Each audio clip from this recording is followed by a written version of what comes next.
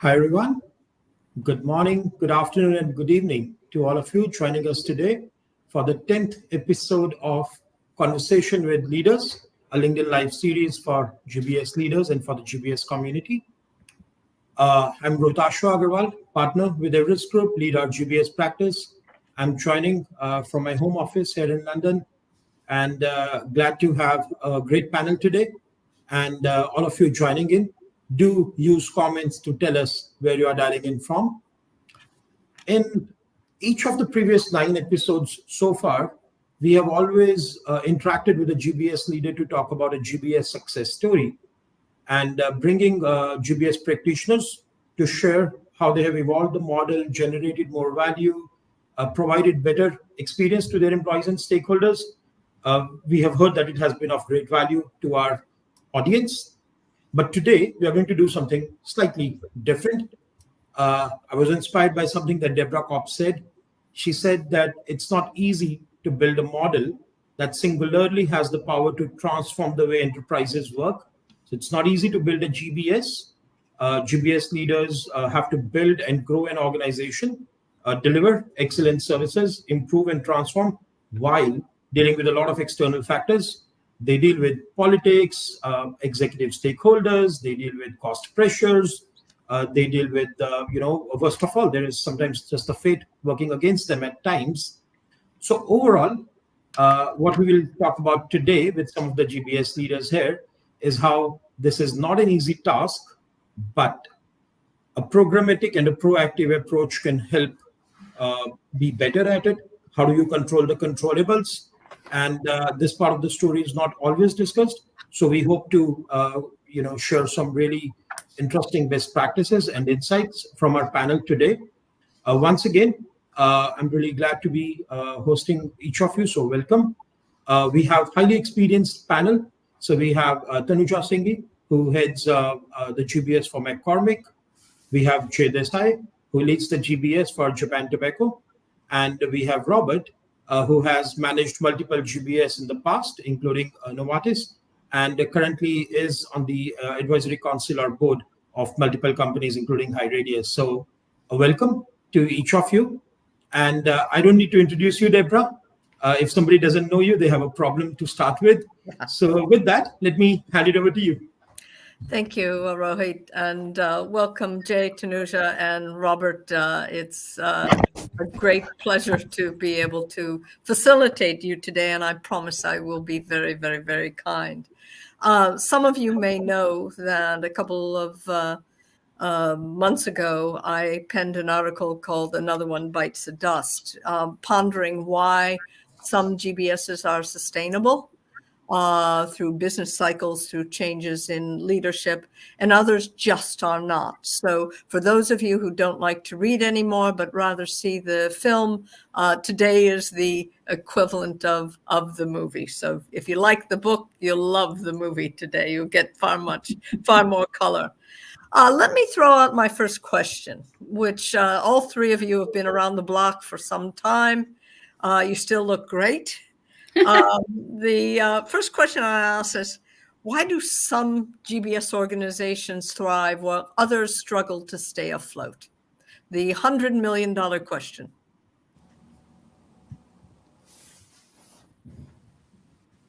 Anyone want to take that?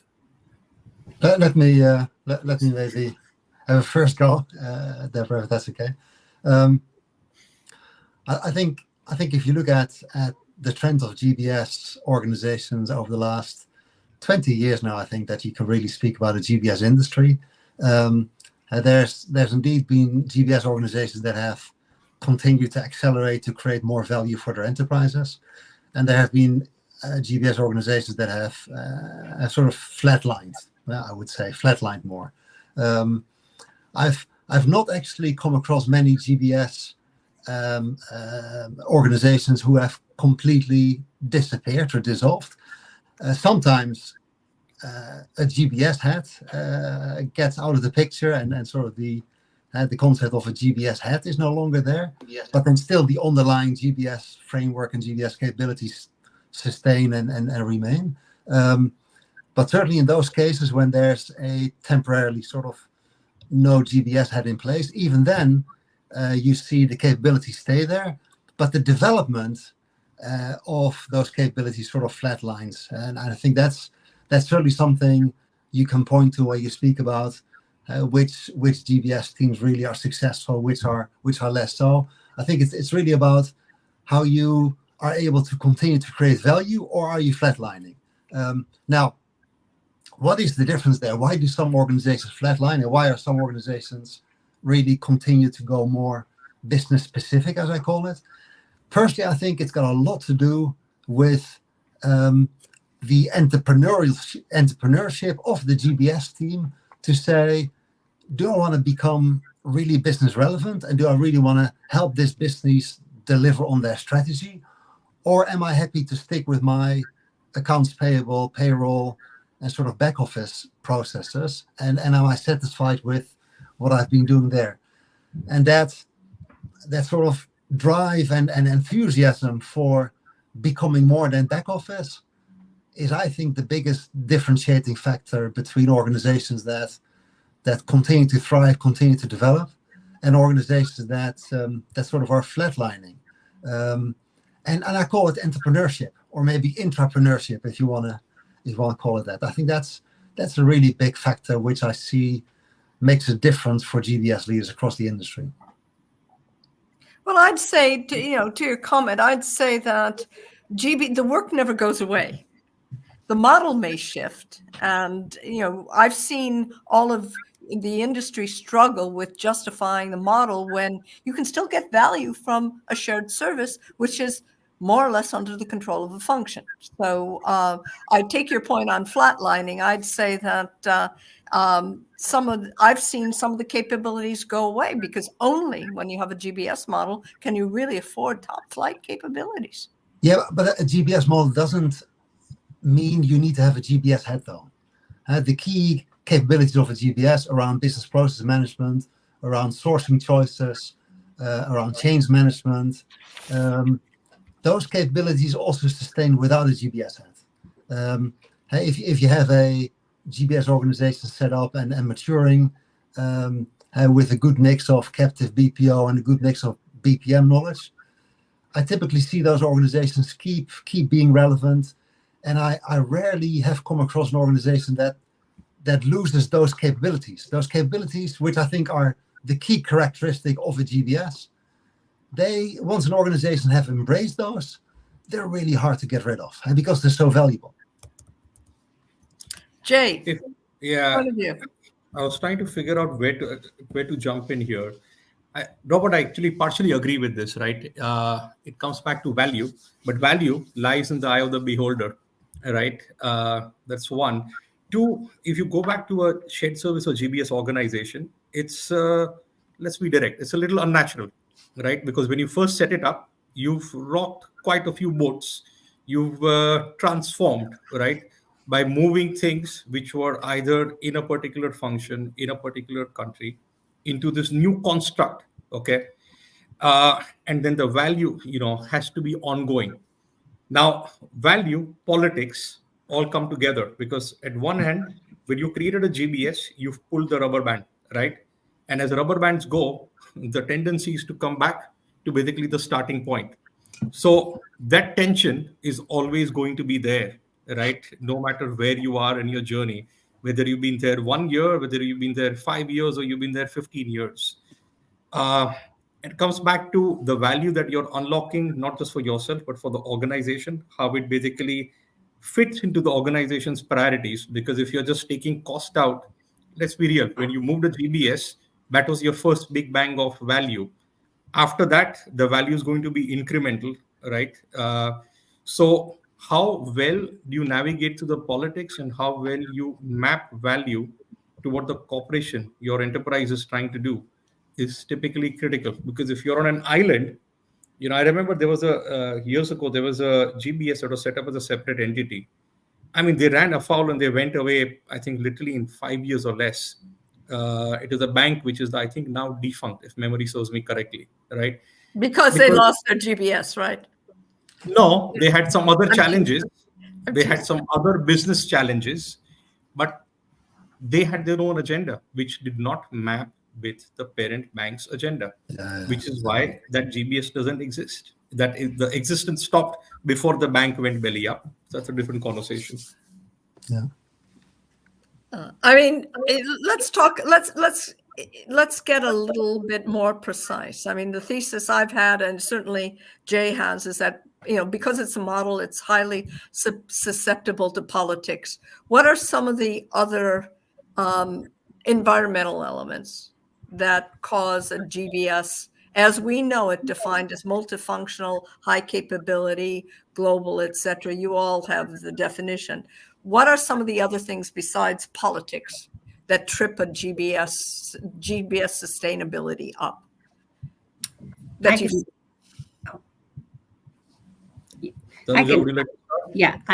can start off on this one. Several factors, right? And I think that's where the agility of the GBS organization comes in, because there are a number of factors that need to be navigated to stay relevant. And in addition to that, I would just start off with the earlier question too. The one thing that I've seen that distinguish a thriving GBS versus somebody who struggles to stay afloat probably is really understanding the cycle of business, because that businesses go through cycles too, right? There are different needs at different points of time, and understanding those needs and the changes in them and evolving the GBS organization also to be supporting those needs. I think that becomes super relevant because businesses go through cycles also. So being in tune to the business need is, I think, one of the critical factors. Having that strong connectivity is important. Coming back to the question on hand in terms of what could be some other events that could, trip a GBS organization, there are some pretty obvious ones. One is really divestiture of any big part of the business that can oftentimes trigger, hey, if we are selling off a good piece of the company or combining with something else, a merger, it could call the GBS model in question. So any kind of corporate remodeling, if you will, mergers, acquisitions, divestitures, those are always critical points. They can either pivot to making the GBS organization even more relevant, depending on who is in that decision-making seat. Or on the other hand, you do have a risk of saying, hey, this is not working anymore. So that would be a big event that I would call out. The other one that I would say from a corporate events perspective would be major changes in the CXO organization, right? You have a leader that is completely bought into GBS. It becomes a much easier sell. You have a change happen. You have a new, a CEO, a new CFO coming in, has had some bad experiences in the past where the GBS organization didn't meet their needs.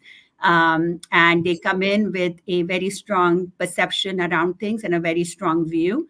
I have seen where that can be changing things overnight too, right? It has nothing to do with how well or not well the current GBS is working. It's really more about what they have been burnt with in the past. So those would be two big things that I would call out here, but I my list is pretty long, so I will stop here and give my colleagues to chime in. But to me, those are the two big ones. I think the CEO point, CEO point is a really important point, because if you look at an organization like GBS, the true value of a GBS setup is typically only seen through the eyes of a CEO who looks at the entire enterprise and says, look, this is really helpful for me to transform my company and to deliver on my strategy. And if a CEO doesn't believe that he or she needs that help, it's tough. It's a tough call. So CEO change is big. A CEO change, though, is big for many things, because typically when there's a new CEO, very quickly there's a new CFO, new CSO, CEO. These things very quickly follow as well. So CEOs do tend to have their influence on the corporate fabric. But it's probably a bigger deal. A CEO change is probably a bigger deal than an M&A. Because M&A these days, when you do M&A, there's a GBS on the other side typically as well. So maybe your GBS gets absorbed by another GBS, but it's still sort of somewhere there's a GBS in that space. But the CEO is a big deal. I've seen many companies go through those changes, and gosh, there's even examples where a new CEO comes, CFO. I don't need a CHRO. I can run my company without that as well. So that it can really have a big influence. And Robert, that's a great point. if I Maybe may I'll add one ask. more corporate event, to this is usually if the company itself is going through some financial challenges. So if you guys recall back in the day, you would see at least maybe about 10 odd years ago, 10, 14 years ago, there's a slate of divestitures, right? Because companies needed cash back on their balance sheets. So they were basically breaking up the GBSs, disposing of the assets, and basically doing a lease back. So it also comes back to how well the company is doing, right? If you need cash, or are you willing to continue investing in it as well? So that's another big event that can upset the GBS agenda, and that's basically when organization gets broken up, and then you basically go functional, or you're, otherwise some combination. I think also one of the challenges GBS leaders, when they go into a situation, don't pay a lot of attention to is the power structure of the organization. It's much easier to sustain a GBS in a centrally, where the power structure is central.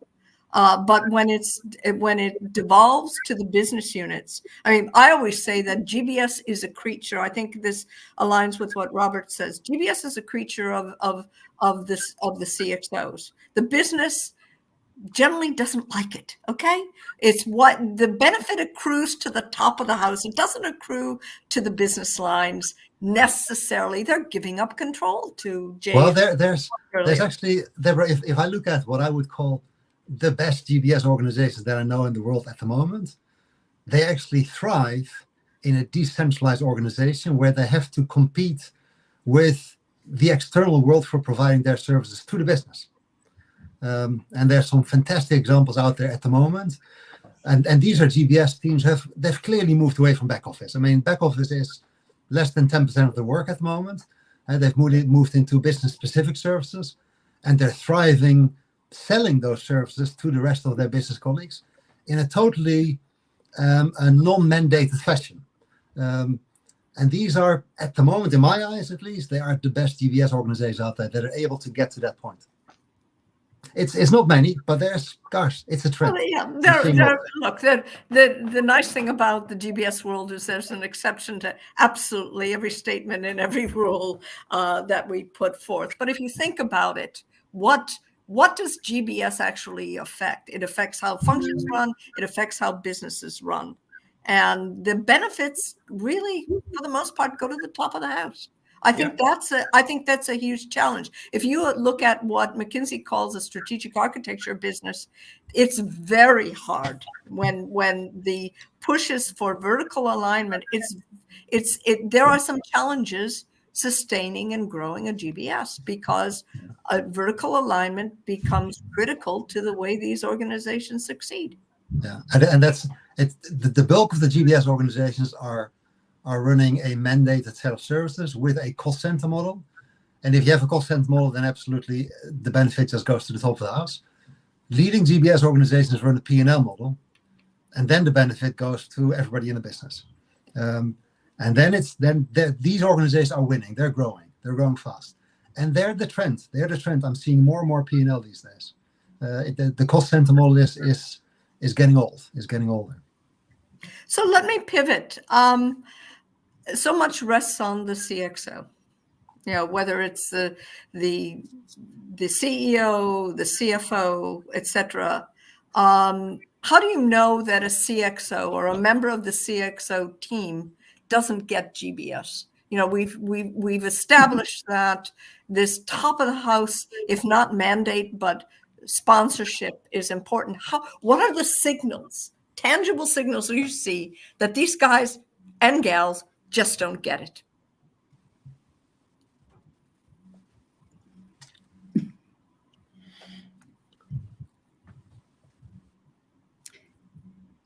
Well, I can give it an attempt there, right? So it's kind of really obvious, Deb. You're making me think about putting conscious thought to it, but having lived through it, in different spaces before, you just see it. It looks you in the face. So let me give you maybe give it a little more thought.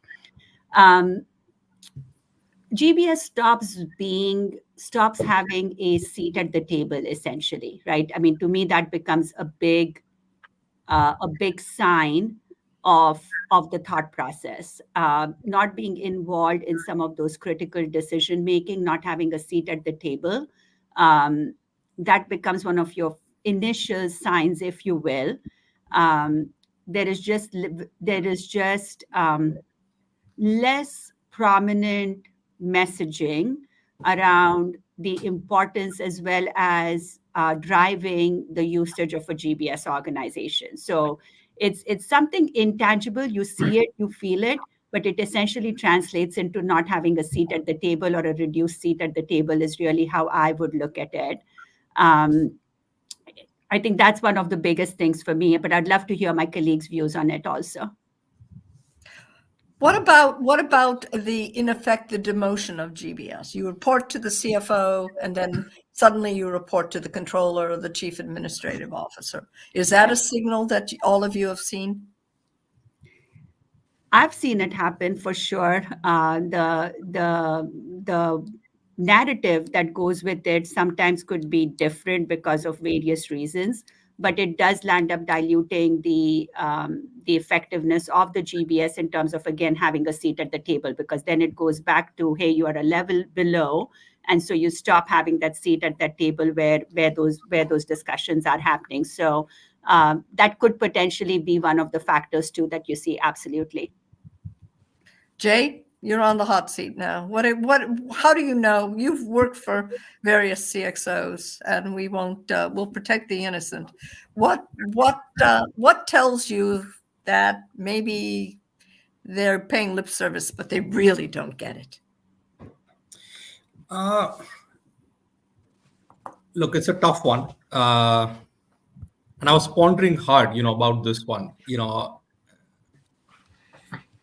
I think usually I test this out when, look, we all get calls from headhunters, right?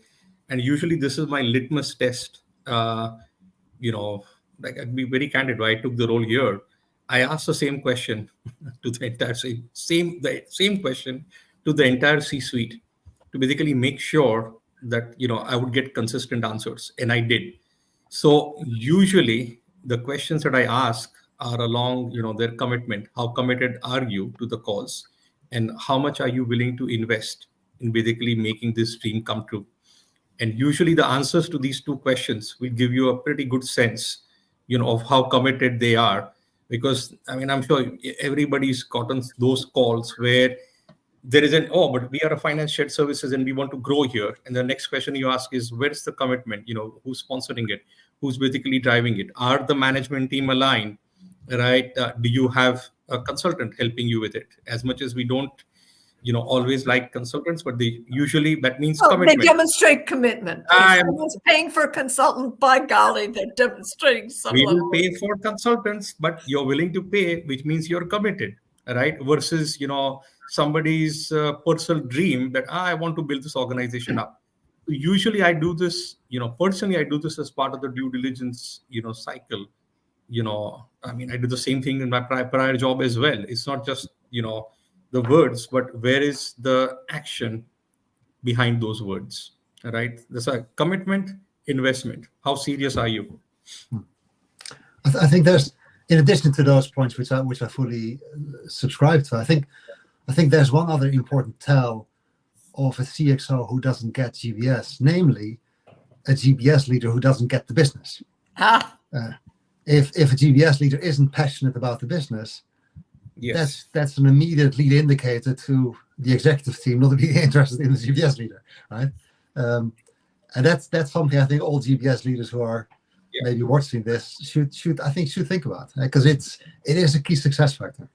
If you think about it, we drink our own Kool-Aid in this industry. We have a very firm vision about what maturity should look like, courtesy of some of those consultants. We have our own vision of success may not be the vision of the business. So I guess the question I'd ask you, a follow-on question, is why do GBS leaders chase goals that are different from the enterprise? Why don't they get the business, Robert? You've made that statement. Why don't they get it? I think the beauty and sort of the trickiness of people that work in GBS is the passion about the process, the passion about the function they're working on, the passion about I'm really good in managing my service, which translates itself into being absolute functional experts and being able to come up with a great amount of KPIs and SLAs demonstrating how well you're running your process. But at the end of the day, that is not what's going to make the difference for the business to be successful in the market. It's relevant, it's important to make the company tick, but being successful in the market is a different matter. And I see too many GBS leaders at multiple levels who are so passionate about the work they do, the job they do. They're so professional, so sort of endeared to it, that they forget that actually their business is about whatever that business is about, and they really need to be passionate about the business more so than the function and the specific job that they're a part of. Well, maybe they should be service providers. If you think well, about yeah, but service providers. For me, the big downside of service providers and most BPOs is they really don't care about your business because they're just so far away from it, and that makes them impotent in terms of providing value to your business. Those are fighting words, Robert. Impotent. I know, but that's I didn't think we'd go there today. It's experience there, but the difference I do see with GBS leaders who really are passionate about the business, they're able to translate their functional expertise into competitive advantage. And if you get to that point, you're really in the sweet zone. Yeah, I'll build on this a little bit, Robert. You stated a very solid point, and I'll maybe make a pointed comment here. GBS leaders tend to get very passionate about cost, quality, etc. And your business, particularly on the revenue side, let me be direct. They don't give a blank, about those elements. What they care about is how did you help me meet my goals? Did you avoid out of stock situations? How quickly did you help me get the latest product to market? Okay. Are you able to hire the people that I want, when I want them, right? It's value. This is what I mean by value. And it's not the value that you think, right? So we go through this exercise where, when the company comes up with its plans, its vision, we basically link with it. So our mission is not standing on an island, it's all intertwined, including the words that we use to make it clear, that we are not on an island. I think the other point, which I have to even goes back to the, your earlier question, Deborah, we also have to look at ourselves. Very often than not, we tend to drink, you said it very well, we tend to drink our own Kool-Aid. Absolutely. And we walk around thinking that, hey, I had this template, it worked here, and I'm going to replicate the same thing here, right? And which is also why I think your other article is pretty astute. But, you're not going to last too long if you don't adapt. Right? Just because it worked at brand name X, Y, and Z doesn't mean it's going to work at your current employer, right? You got to adapt because the company is not going to adapt to you. That's right. I mean, there's too much. What I see sometimes in this market is that we use GBS jargon and we think everyone should understand us, to your points, rather than we understand them. Yeah. We don't understand. We're a backbone for the organization. Yeah. We are not the organization. We are not the enterprise. And in order to maybe to make ourselves feel better, make ourselves feel more important, we forget that a good GBS is kind of like semi-firm tofu. And we're talking about impotency, and we might as well talk about tofu too, where we absorb the flavor of the company. We have a structure. We can help the organization stand up straight. We are a network, but ultimately we take on the flavor of, I hate tofu, by the way. We take on the flavor of whatever enterprise we're working within. And to build on that, Deb, I think, by the way, I'm going to use that analogy. It might resonate, especially with my vegetarian friends. I do love my tofu, though. Is to build on that. Has spices too, so we're exactly. I mean, it's all about marinating with the right spices. Absolutely. Building on that fact, the importance of culture. I think that's specifically it's the business support, but it's also the culture of the company. Being in tune to that is super important, both for the GBS leader as well as the GBS organization. you work in a very people-focused culture. The speed of things may be a little different, but taking everyone along on the journey is super important. I've seen quite a many GBS organizations that have tripped because, hey, my CEO has given me this target in terms of what I need to do. I'm going to deliver on that, regardless of how many dead bodies I leave in my wake. Could work in some organizations that are very bottom line focused, and that is, how they conduct business. Would not work in an organization that puts a lot of premium on people, taking people along on the journey. That's just important. And even if you deliver to that goal that was set out, you're not going to be a GBS organization that's going to thrive because it's just not a good cultural match. So seen quite a few careers go down the drain just on that particular count, the lack of good culture match. Yeah. No, really critical, really, really critical. And getting a GBS leader who understands that and understands where the organization is and the pace at which it can make change without breaking is difficult, because we all in this industry go to very sexy big brands, and we don't spend a lot of time understanding, are we the right fit? So that's something that the leader also needs to think about, because it's not just about the leader's career, it's about the GBS sustainability. Correct. And Deborah, I'm looking at some of the comments from our listeners coming in, and I'm paraphrasing one of the comments because part of it has already been covered. But just to ask some of you, you've been talking about what needs to be achieved. Can you also talk through a couple of simple things you did, or maybe they're not so simple to do, but basic things you did to actually achieve that? So understanding power structure, important. Aligning with CEO agenda, important. But if there is a GBS leader who is struggling to do that, what are some basic steps they can take, whether it is in mindset, in day-to-day things they do to actually move in that direction? And maybe, I think it's a great question. Maybe let me give a couple of hints and tips on how a GBS leader can try to become a better brand ambassador for GBS and ultimately become more relevant for the organization, right? Mm-hmm. And some really practical things that I think any GBS leader can do is show a deep interest in the business. For example, by going along a rep ride, spending the day with a sales rep and just really go in the market and understand how's the life of that rep, what is he or she struggling with, what are the customers struggling with, and spending a day to just really, really listen to ultimately those people in the organization who are in front of the customers, listen to the customers, and then take that back into the GBS team and say, look, this is everything I found. And trust me, you're going to find a lot of things that are very GBS relevant that at the moment are hindering the customer, are hindering the sales rep, and hence can be tremendously powerful if you then, as a follow-up, fix those things and improve those things. And an added benefit you get by doing something like that is as a brand ambassador, for you as a GBS leader to be seen, to be out there, to be interested in the market. That in itself is already a big premium, because you've left the office, you've got out there, you show a key interest in the market. Very simple thing to do, takes you a day. And I can assure you that if you ask the question of the rest of the organization, hey, look, can I go along for a rep ride for a day? They'll love you for it. They really love you for it.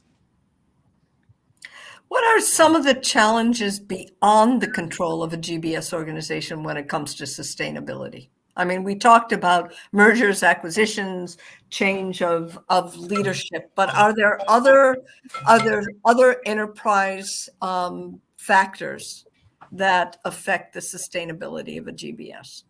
Not just, certainly, the business. There's a very famous case of a business that was carved out and the numbers weren't being made. So the first thing they did was cut the GBS less than a year after they set it up, which is kind of an extreme example. But what else should a GBS leader look for that they can't control?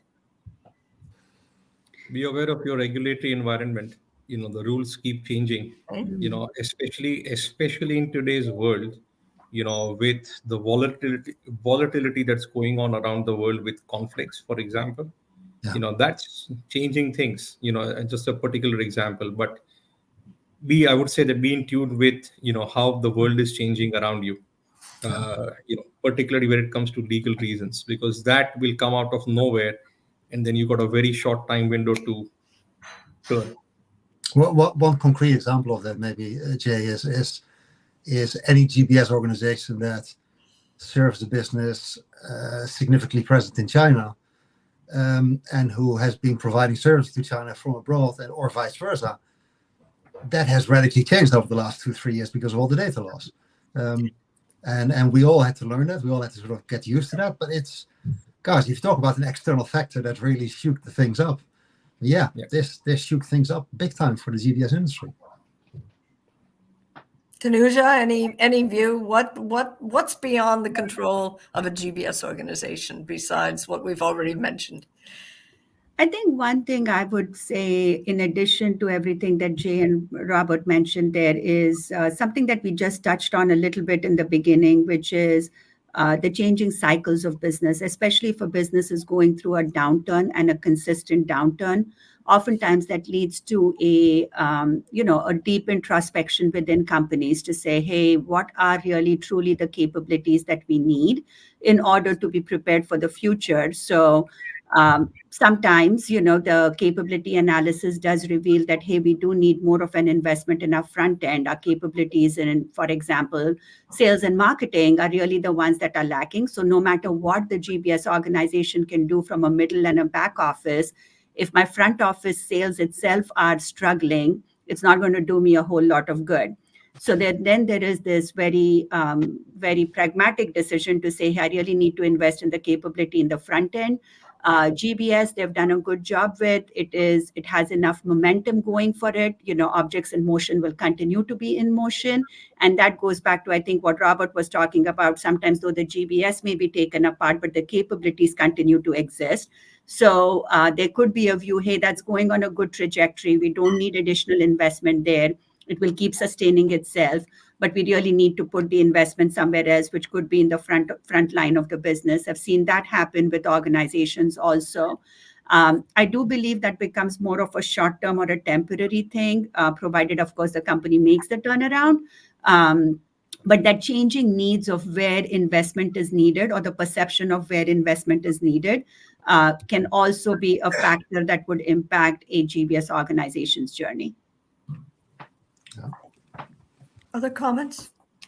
Building on Tanuja's comment, right? I think it is the sort of relative investment point you're making there, which is where does the enterprise invest more? Does the enterprise invest in GBS? Does the enterprise invest in R&D, in commercial, in supply chain?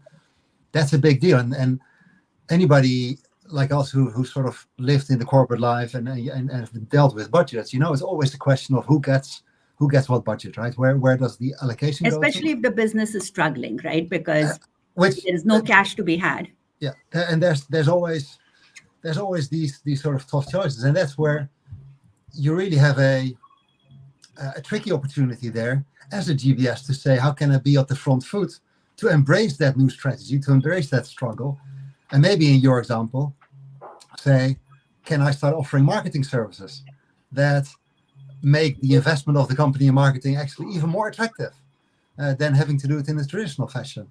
And I think I see a lot of leading GBS teams who actually take that step forward and take advantage of the turbulent sort of external factors that are impacting the business and say, look, let me try and ride this wave and make something more out of it. Good point. Well, let's turn the tables a little bit. GBS organizations and their leaders screw up. Let's call it what it is. I'll throw out one thing that I've seen. When a GBS leader comes in, he or she doesn't necessarily respect the DNA. They bring in their tribe. Their tribe, predominantly folks from the outside, different tariffs, different ways of working. That it connotes, we're going to do this to you, not with you. So one of the things I see is a complete disregard for the DNA of the company, over-indexing on capability that may very rightly be found outside, but being separate and apart from the rest of the organization. What else do you see that, to be honest, leaders just don't get the memo? They just don't listen. I mean, it's as simple as that. Like listen to the verbal, non-verbal, the corporate message. Especially for a new leader coming in, I think listening is the most important thing to be doing from your stakeholders, from your employees within the organization, your leaders within your GBS team, your supporting functions. I mean, listening is a very underestimated skill in my perspective. I think a good GBS leader has to be a good listener and reflecting on what you are listening to and then coming up with the right course of action to address it. And the one thing we haven't touched on so far, I don't know that it's a direct answer to what you're asking here, but customer experience, I think that is one factor that a GBS leader really needs to be tuned into. You may be doing great things on a cost front. You may be doing great things from value addition to the bottom line. If your customers are not happy, and by customers, I mean GBS customers, I don't mean like the final business customer, that matters too, but especially your GBS customer, if they are still not happy or wanting to do business with GBS, it just doesn't work. So staying tuned into that customer experience, in my perspective, is extremely critical, because if you do things all right, but the customer's still not happy with you, it's not going to set you up for long-term success. Other points of view here? Yeah, I mean, look, when you go in new to an organization, you yourself are new, right? You're struggling. Let's be direct. You don't have a magic wand where you suddenly develop relationships. So you need to basically, You're learning how to navigate the system. You're learning how to navigate the politics. You're still getting to know people. And if you bring in an entire lot of people, who are just like you're gonna struggle, right? So you need to have a blend. You need to bring the right balance, of people up front, but definitely you need to rely more heavily on people who know the organization, right? And not over-index what you said, Deborah. We know people in common, right, who basically over-indexed on that count, and they literally brought armies from friends, family, from, I'm being silly. Oh, it's a But tribe. people Let's face it, GBS is of tribal. the tribe, Yeah. right? But it doesn't work that way. So, you got to strike the right balance, and two, you got to bring the right cultural fit, because somebody with a cultural fit at company A that you worked at is likely not going to be a good cultural fit at your current company. So you also need to apply that judgment as well. I mean, I've definitely got a few lessons learned on that count. Yeah, I think GBS leaders failing actually is not too different from business leaders in general failing in that sense. And I think Tanuja made the right point. Listening is such a key and underestimated skill. I mean, one of my first bosses told me, said, the reason you got 2 ears and 1 mouth is so you can listen twice as much. And that was quite a pointed comment that I never forgot, actually. But it is so true. Listening is much more valuable than speaking. Because through listening you figure out what's needed, what's relevant, and you also figure out how you as a leader can develop yourself further. Because leadership is not a static thing. It's not like you're born a certain kind of leader. You're always developing as a leader, and you always want to be developing as a leader. And you can only develop if you listen to feedback, and if you really get more feedback. And as GBS leader, it's almost more important, because you're such a spider in the web in the middle of so many relationships. You got to be developing all the time and try to become a better version of yourself. And that's hard. That takes time. It takes continued investment. But I think it is probably the most important part of being a leader is to develop yourself and to develop your team all the time. And we need to be very intentional about it, because, the tendencies tend to be, hey, let me focus on, building my capabilities, measuring what I'm doing, knock it out of the park in terms of the KPIs. Tending to be very internally focused is what our natural inclination of, especially if you've grown up through the ranks, which I have, that's where my natural strength is. That's where I'm going to naturally gravitate to. So I have to be a lot more intentional and deliberate, like even with my calendar management, to say, hey, don't lose sight of your stakeholder management. That is super important. Don't lose sight of your teams, which are remote. That's, again, very important, especially in the GBS world. So a great deal of intentionality on both of those fronts, especially on the stakeholder management piece, has been something that I've had to learn along the way. It wasn't something that I was naturally good at, but something that I've had to be very intentional about, and it reaps benefits when it's invested in. Yeah, and I'd even take it up another level. If you think about GBS is a creature of the matrix. We're managing our teams. We're managing possibly third-party providers. We're managing the business. We're managing the top of the house. And where I see GBS organizations make missteps is they don't master managing the matrix. They don't understand that just stakeholder management alone isn't enough. You have to be able to orchestrate. Service delivery is part of it. One of the challenges I see is we've got GBS leaders who come in with big visions. They want to transform. But most GBS organizations spend an inordinate amount of time in what I call the repair cycle. There are 3 cycles to GBS. There's repair, reposition, and reimagine. It's fun to reimagine all the time. But if everybody's screaming because they're not getting their paycheck on time or they don't get a response about an invoice, that sinks the GBS. We still have to deliver. And as much as we like to think about aligning with the business, that noise, that constant repair cycle isn't doing GBS organizations any good. And the best index.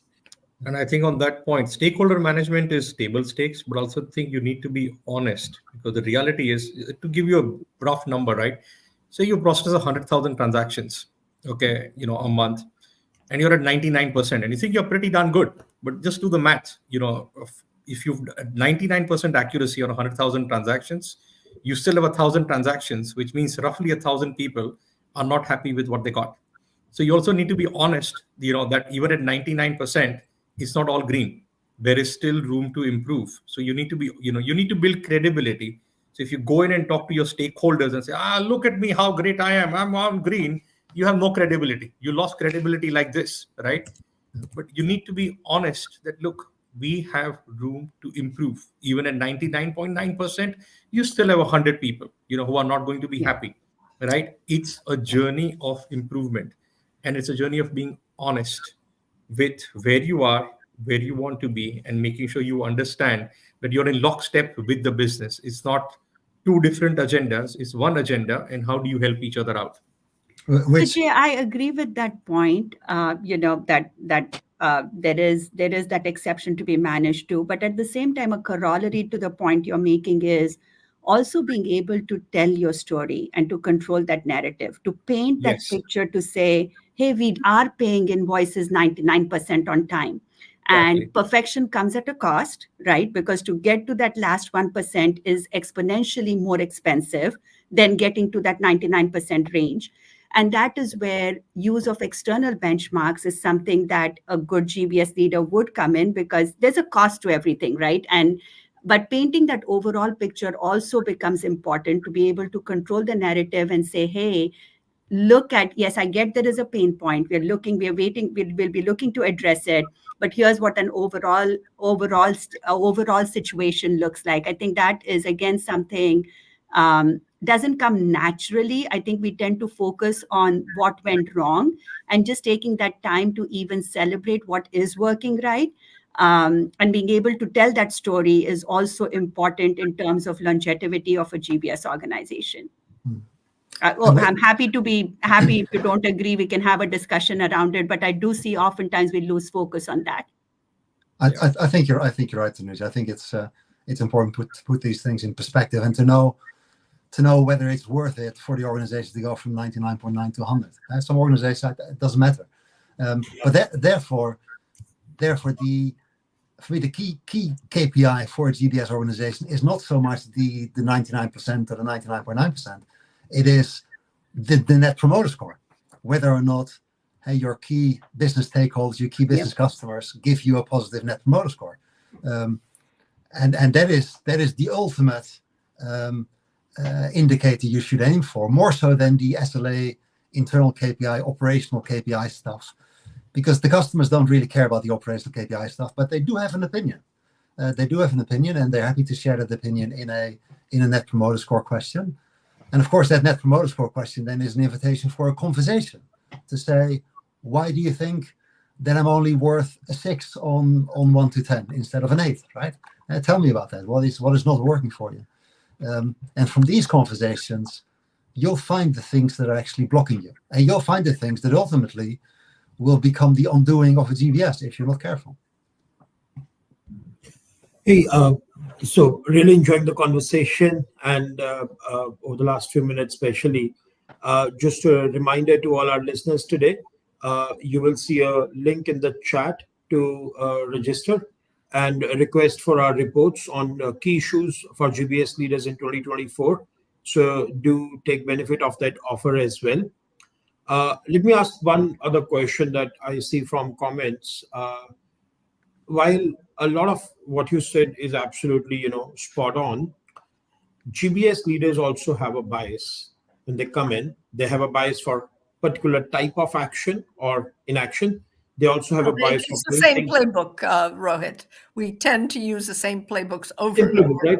and over again. But also, Deborah, they sometimes create inconsistency by favoring a particular way of doing things that comes from one site in the network versus other, or one group of leaders. So how can they get over their bias? How can they manage that and improve that connect between the GBS organization and the business? Because one, we are talking about their direct connect with their stakeholders, but let's face it, a lot of noise is created through all the leadership team that GBS leader manages and all the stakeholders that they work with, that leadership team works with.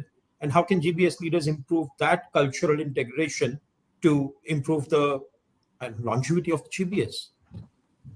You're saying we are biased, Robert J. and me? No way. Don't take it personally. No, bias is the wrong word, Tanuja. Let's face it. After we've gone to different rodeos, we've been on the block a number of times. We all revert to a playbook that works for us. One of the challenges is we go into an organization with a playbook. Let's say we're in a growth organization. We're rebooting a GBS, and we have a playbook that seems to work. And then we go into another enterprise with different needs. We try to impose the same playbook, and it doesn't work. But there is a natural bias to using the same playbooks over and over and over again. That's why people hire you. Yeah. No, I think there's more to leadership than the playbook, Deborah. I think good leaders are eclectic leaders. Good leaders know to use multiple playbooks. I wouldn't put ourselves in the category of... I would agree, but I think we still need to understand that we all tend to use playbooks. I take your point absolutely. A good leader senses and knows when to use a playbook, but we all have... And which playbook? Yeah, we all No, have. absolutely. But again, it's not a unique GBS leader issue. I mean, I see this with business leaders across my career. Some business leaders are more in tune with the reality and the context and what they need to do than others. I mean, that's just irrelevant. And that's good leadership. But that's because good leadership, let's be honest, is the scarcest commodity on earth. There's an absolute scarcity of really good leaders. There's not many of those around. That's the hard reality. That's why leaders need to keep developing themselves to try and become better. And I put myself in that camp as well. I also still need to develop and become better. And I think in addition to that, I would say, again, I'm going to go back to the point I made earlier. I think listening is critical, right? You have to listen with that open mind to say, yeah, this might have worked very well in my prior organization because it met the needs of that organization. But trying to fit a solution just because you know it works in that situation, it may not be solving the problem that needs to be solved in your current organization. Yeah. But really listening becomes critical, listening for where are those big problems that need to be solved. So you could place GBS in a position where those can be solved, right? So it's not about just bringing a solution to the table. It's about solving the problem on hand. So I'm going to go back to my point about listening. You've got to listen for where the pain points are and position GBS accordingly. Easier said than done. I'm not saying that I've mastered that art, but I think theoretically that is what should be happening. Yeah. And if I can add to that, the reason why you need to listen is because the purpose of GBS is to enable the implementation of the company strategy. That's the ultimate purpose of GBS.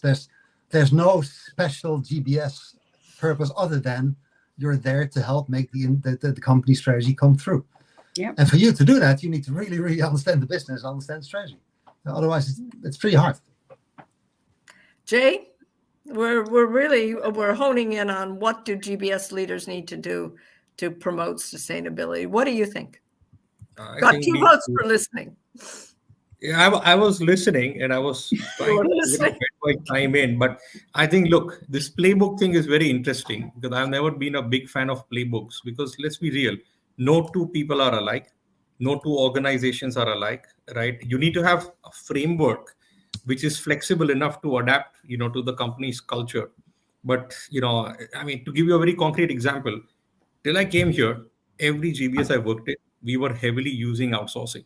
Okay, heavily, wherever, which BOT, hybrid, take your pick. Okay, at one point in time, I think we had the largest outsourcing deals ever signed with one of my former employers.